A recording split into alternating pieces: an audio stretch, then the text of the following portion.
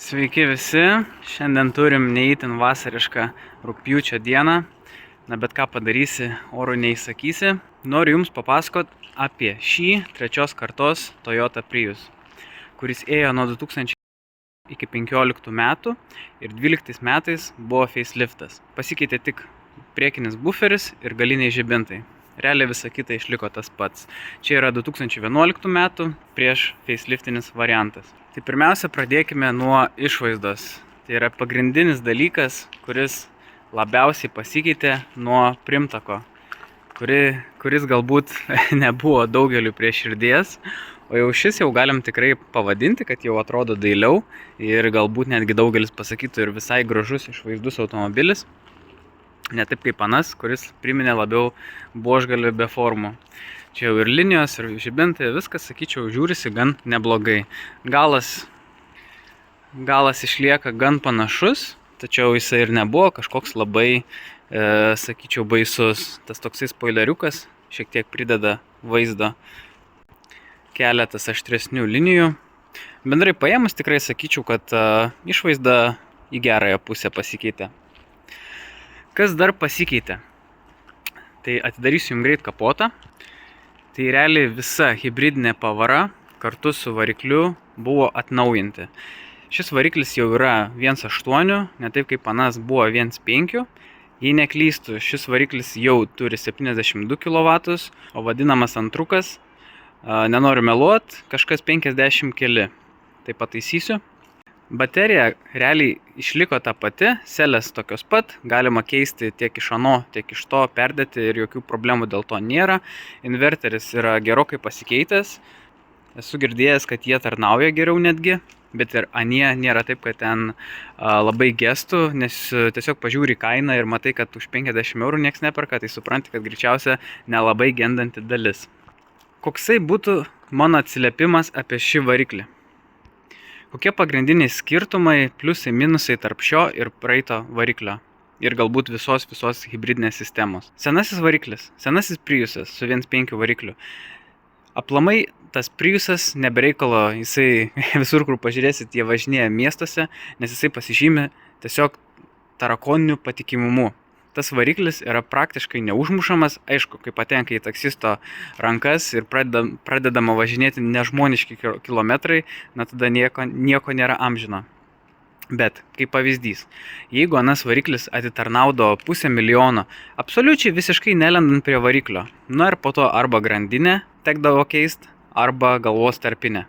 Tai jeigu anas variklis pravažiuodavo 500 000 ir absoliučiai nieko nereikėdavo jam daryti, galbūt pradėdavo deginti tepalą, bet čia galim kaltinti pačius vairuotojus, kad retai keičia, nes benzininiam varikliam reiktų keisti dažniau, kas 5-7 tūkstančius, o ne kas 10-15. Jeigu keistų dažniau, pagrindinė bėda, kuri nutinka, tai kelsiu nuotrauką, tai būna apsineša žiedai ir jie nebevaikšto. Ir tuomet pradeda tiesiog skverbtis į degimo kamerą tepalas ir jį pradeda deginti, gan nemažais kiekiais. Tai jeigu nusipirkus prižiūrėtą su mažesnė galbūt rida, tai greičiausiai to galima apeiti. O kaip pavyzdys, šitas variklis 1.8 turi tokią bėdą su galvos tarpinė, jog jinai dažniausia maždaug ties kokiais 250 000 pradega. Žmonės kalba, kad galbūt tai yra dėl to, kad į šitą variklį eina jau elektrinė vandens pompa. Čia aplamai viskas yra valdoma elektra. Čia nėra jokio dirželio, tikrai nepamatysite. Ta pati vandens pompa yra elektrinė, viskas yra valdoma elektra. Kondicionierius, siurblys, stiprintuvas. Ant senojo vandens pompa yra mechaninė, sukama dirželiu. Ir jinai nėra brangi. Čia jinai yra brangesnė ir jinai maždaug ties ta rida, kažkas apie 250 būna tiesiog sugenda, sudyla ir to pasakoje perkaista variklis. Nes temperatūros nerodo ir kažkodėl ant šitų būtent Priusų neperspėja. Tai čia yra viena iš priežasčių, kodėl būna perkaista galvos. Bet kiek domėjausi, tai tiesiog yra šių variklių silpnoji vieta. Ir patys įsivaizduokit, kadangi tai yra hybridinis automobilis, ne kaip paprasta mašina, kurią užkuri ir jau jinai visada pasiekia darbinę ir jinai būna darbinės temperatūros. O čia jie per dieną tiesiog dešimtis, gal jeigu taksistai, tai net ir 100 kartų variklis užsikuria, jisai atviesta, tada vėl įkaista ir tiesiog tos tarpinės jos neatlaiko. Ir net esu girdėjęs tokių kalbų, kad net ir su labai maža rida, net ir 150 būna tiesiog paima ir tos tarpinės perdega. Tai čia tokios kaip taisyklės nėra, kad negalim vien tik kaltinti ir pompos, kurią iš tikrųjų vis tiek reikėtų, jeigu nežinote istorijos, tai bet kokiu atveju reiktų pasikeisti ties tą ridą.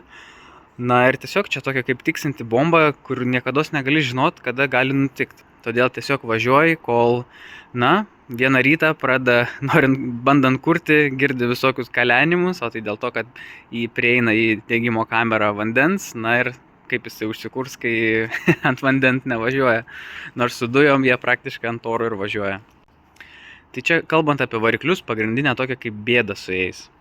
Aišku, pasikeiti tą pompą, pakeiti galvos tarpinę, su grandinėm problemų kažkokių nėra ir dar tuomet gali važiuoti dar kokius 200 virš kilometrų.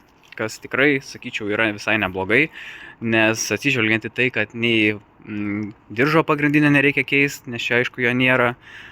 Tai vieną kartą aišku, tai nėra pigus remontas, bet iš tikrųjų galima rasti. Manau, nenoriu meluoti, bet tikrai 1000 nekainuoja, nuo 500 iki 800 su visko, man rodos. Tai dar tikrai nėra kosmosas. Vandens pompas yra iš brangesnių, nenoriu meluoti, ar koksai 150 iki 200 plus darbas. Tai čia tokie pagrindiniai didžiausi yra remontai. Jeigu dar neįsigandot ir jūsų net baidžiau, iš esmės tai tikrai nėra kažkokia baisinė tragedija, tiesiog yra mažiau patikimesni, bet yra daugiau pliusų, kaip pavyzdžiui, aišku, didesni kilovatai, ta malonesnė, smagesnė dinamika, ta daug gražesnė išvaizda, interjeras, viskas, visi šitie pliusai ir taip tarp kitko ir komplektacijos būna gausesnės. Netgi visokie panoraminiai stogai ir panašiai, LED žibintai. Tai visi šitie pliusai ir aplamai pagrindė turbūt tas pats vairavimas daugeliu atperka šitos minusus. Kalbant apie minusus, tai dar nėra viskas, kas turi minusą, tai baterijos. O čia stovi didžiulė hibridinė baterija. Tai kaip ir jums sakiau, pavyzdžiui, kalbėjom apie variklio resursą, to senojo, tai kur tie gali važiuoti 500 000 be vargo, tai su baterijom irgi yra panašiai. Jog irgi labai tarnauja, hibridinė sistema ganėtinai tausoja tas baterijas ir plus kaip jas valdo, ką turiu omeny, kad vadinami antrukai važiuoja iki kol tos baterijos kažkuri galbūt celė nusprogsta. Gali važiuoti su visiškai nusilpusią bateriją, bet jinai vis tiek važiuos, kuro sąnaudos bus didesnės, bet vis tiek važiuos iki kol visiškai jau tada galiausiai nusprogs kažkuri celė iš 28. Galima pakeisti tą vieną ar kelias celės, ne pačias geriausias, bet vis tiek toliau važiuosi. Netgi esu matęs YouTube'ai, kai žmonės tiesiog patys paima, išima jas, įdeda ir ten aišku reikia jas ir sulyginti, subalansuoti, ten nėra taip paprasta, bet vis tiek važiuoja. Vat kas yra su jais gerai, kad jie tokie yra, atlaidus gan. Kaip ir sakau, tarakoninis patikimumas, o čia taip jau nėra. Čia kaip taisyklė, jau ne kartą esu ir iš savo patirties, ir iš pasidomėjęs, kad apie 250-270 tūkstančių rida, 300 nepasiekia, tos baterijos labai nusilpsta ir praktiškai didžiąją dalį, vos ne visą, tą bateriją reikia mesti lauk. Iš 28 celių, 20 būna tokios nusilpusios, kad jau tiesiog reikia jas išmesti. Taip yra dėl to, kad šis Priusas netaip tausoja tą bateriją. Šiame automobilyje yra power modas, galbūt kuris irgi, kas mėgsta ant jo važinėti, irgi nepadeda. Ir aplamai tiesiog taip yra suprogramuota.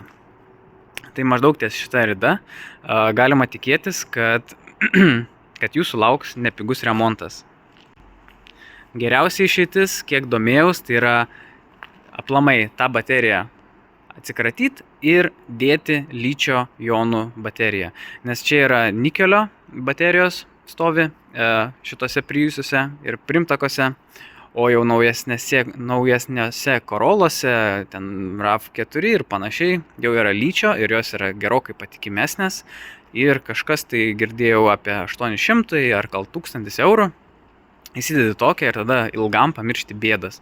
Nes čia, kai pradedi keisti tas seles, aišku, jau tada, kaip ir sakiau, jau keiti 20, bet tu keiti naudotom, kurios irgi neaišku kokio senumo ir panašiai, ir kad ten ir tvarkingai jas įdeda. Na ir tada kas pusę metų, galbūt jei pasiseks kas metus, jums greičiausiai vis tiek tos selės nusprogs, suges, o čia sakau, čia užtenka, kad nusilptų, kad jų mestų klaidą ir jau nebevažiuotų. Tai va, kame yra bėda su šitais. Tai baterijos, jų tausojimas, baterijos yra irgi tokia kaip silpnesnė pusė, na bet irgi čia kaip žiūrėsi, kad automobilis nuvažiuoja 300 000 absoliučiai be jokių investicijų ir šiek tiek jau jų paprašo, na aš manau, tai nėra tragedija, bet užtat pažiūrėję šitą video jūs tą žinosit ir žinosit, į ką kreipti dėmesį. Taip, tai kalbant apie dėmesio kreipimą, kaip žinoti, ar buvo keista galvos tarpinė. Tai čia stovi grandinė po šitų dangteliu ir jeigu matote šį hermetiką, aišku, jis turėtų dėtis turėtų jo būti mažiau, tik tais kampučiuose, kur sueina, na bet čia taip be gailesčio jo užvarė, tai tai čia tiesiog jau akivaizdžiau būti negali, kad yra ta tarpinė keista. Kaip sužinoti dėl baterijos? Baterija nusiemate dangčius bagažiniai, aš dabar nenoriu, nes ten zapaskė yra ant viršaus uždėta, nes jinai dujos įdėtas. Tai nusiemate bagažinės dangtį, tada tą plastikinį ir tada galite pasižiūrėti į pačią bateriją ir varžtelius, ar jie yra sukti ar ne. Jeigu yra sukti, tai reiškia, jinai yra tvarkyta. Jeigu tvarkyta, tai greičiausia, na, žinot, jeigu rida yra plius minus kažkas tam tarpe tarp 250 ir 300, tai greičiausiai, žinot, nieks, jeigu ypač pardavimui, tai tikrai nedėjo ten tų baterijų gerų, tų gerų selių. Bet net ir jeigu ir dėjo, bet kokiu atveju jos ilgai netarnaus, o kad kažkas būtų dėjęs tą ličio bateriją, ličio selės iš tų naujesnių automobilių, tai labai labai abejotina. Tai vienintelė išeitis yra tiesiog tai yra pirkti su mažesnė rida arba tikrai nuoširdžiai, tvarkingai remontuota, galbūt su čekiais, kad pamatytumėt sumą, kiek mokėjo, nes, kitaip sunku patikėti. Greičiausia bus, sutvarkyta tik tam, kad važiuot. Dar norėčiau sugrįžti prie variklio, pamiršau paminėti vieną tokį faktą, kad apie tepalo deginimą. Šitas variklis jau nekenčia nuo šitos bėdos, tai yra dėl to, kad, pavyzdžiui, senesniam, kur su 1.5 varikliu, ten pilasi 5.30 tepalas. O čia aš nežinau, ar parašyta, nemanau, kad parašyta, bet į šitą variklį pilasi 0.20, kas yra labai labai labai skystas tepalas. Todėl net jeigu ir pasižiūrėtume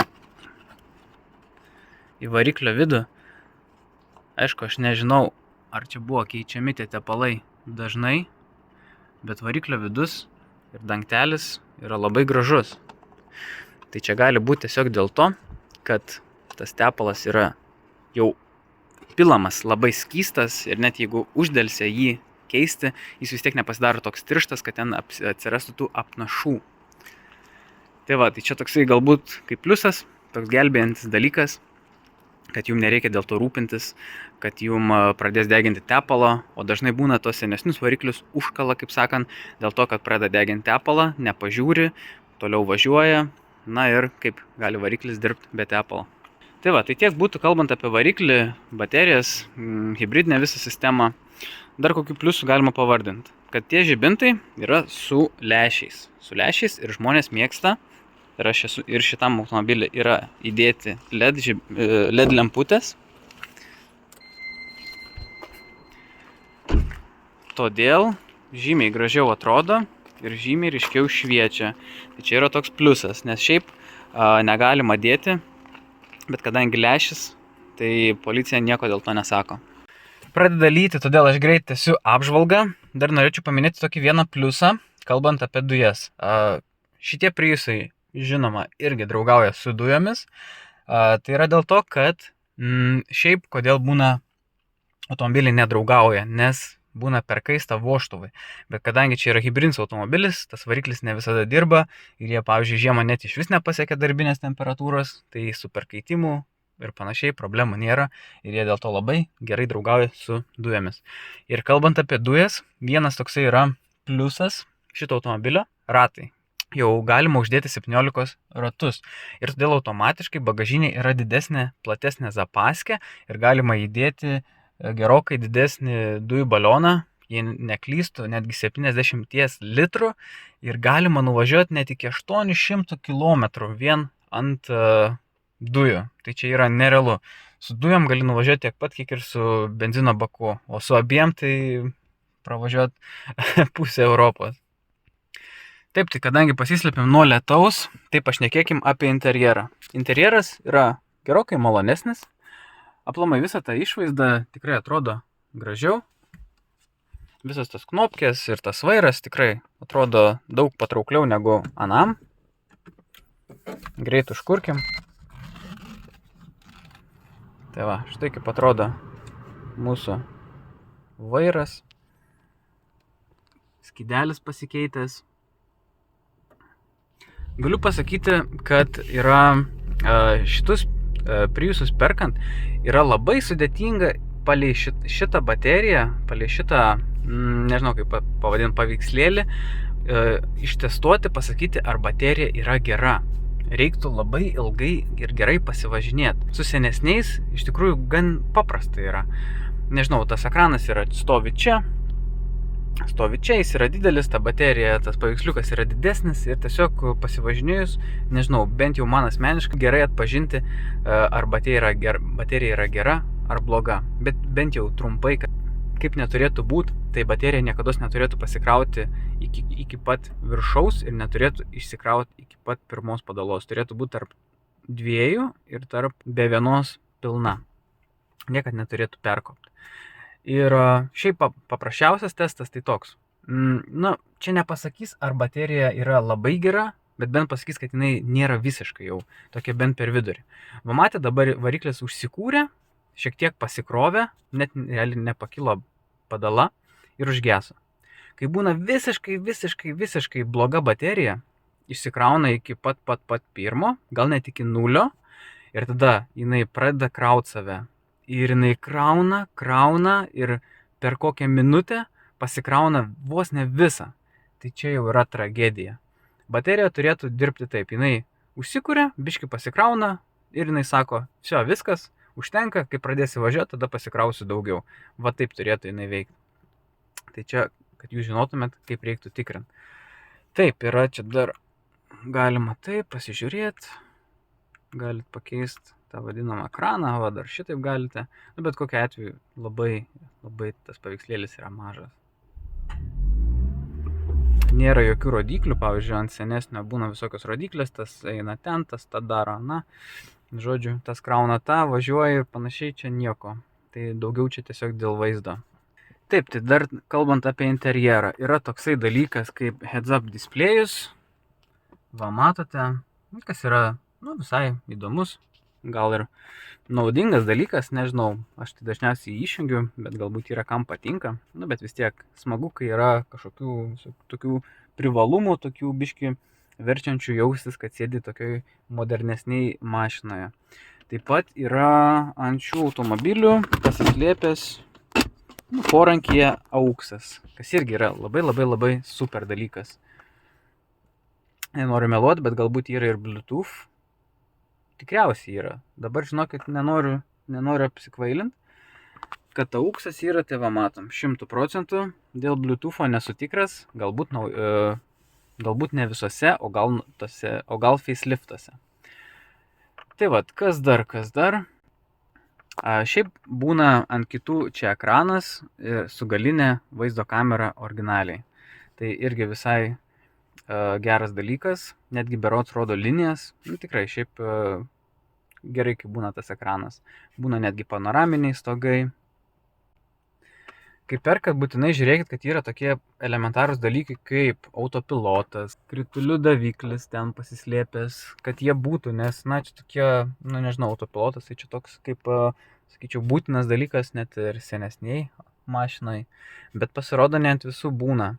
Aišku, tas ekranas yra pliusas su galinė kamera, bet aišku, svarbiausia, kaip sakiau, žiūrėkit, kad variklis, kokia jo yra rida, ar yra keista remontuota galvos tarpinė, ar nėra lysta prie baterijos ir aišku, ar yra keista vandens pompa. Pagrindiniai dalykai, kuriuos turėtumėte žiūrėti. Taip pat galite iš salono pasakyti, ar ta rida atspindi realybę.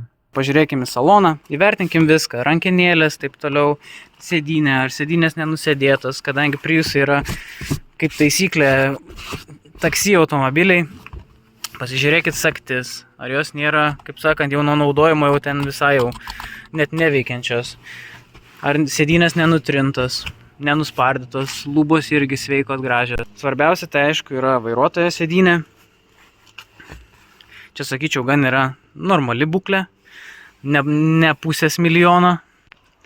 Tokie dalykai kaip pedalai irgi gali byloti apie ridą. Čia nuspardymai jau kaip būna net nebesimato. Apmušalai visi ar nenutrinti. Gerai, bėgam į vidų. Toliau. Žiūrime visas knopkės, ar nenutrintos jos yra. Šitas irgi būna nusitrina iki juodo. Va, tai knopkė įtartinai yra nutrinta, labai keista, avarinė knopkė. Vairas. Tuoj pasukim bišį, kad būtų aiškiau. Šitie dalykai girdėjau, kad labai lengvai nusitrina, tai dėl to nėra ko pergyvent. Bet va, knopkės. Matyt, mėgdavo žmogus reguliuoti garsą. Šita knopkė nauja. Įdomu, ar jinai yra keista, ar jinai tokia. Vairas, sakyčiau, tikrai nepersiūtas, čia dar originali oda yra, bet va toksai patrešęs. Aišku, gal čia dėl to, kad Prancūzijoje yra karšta, todėl toks jisai yra.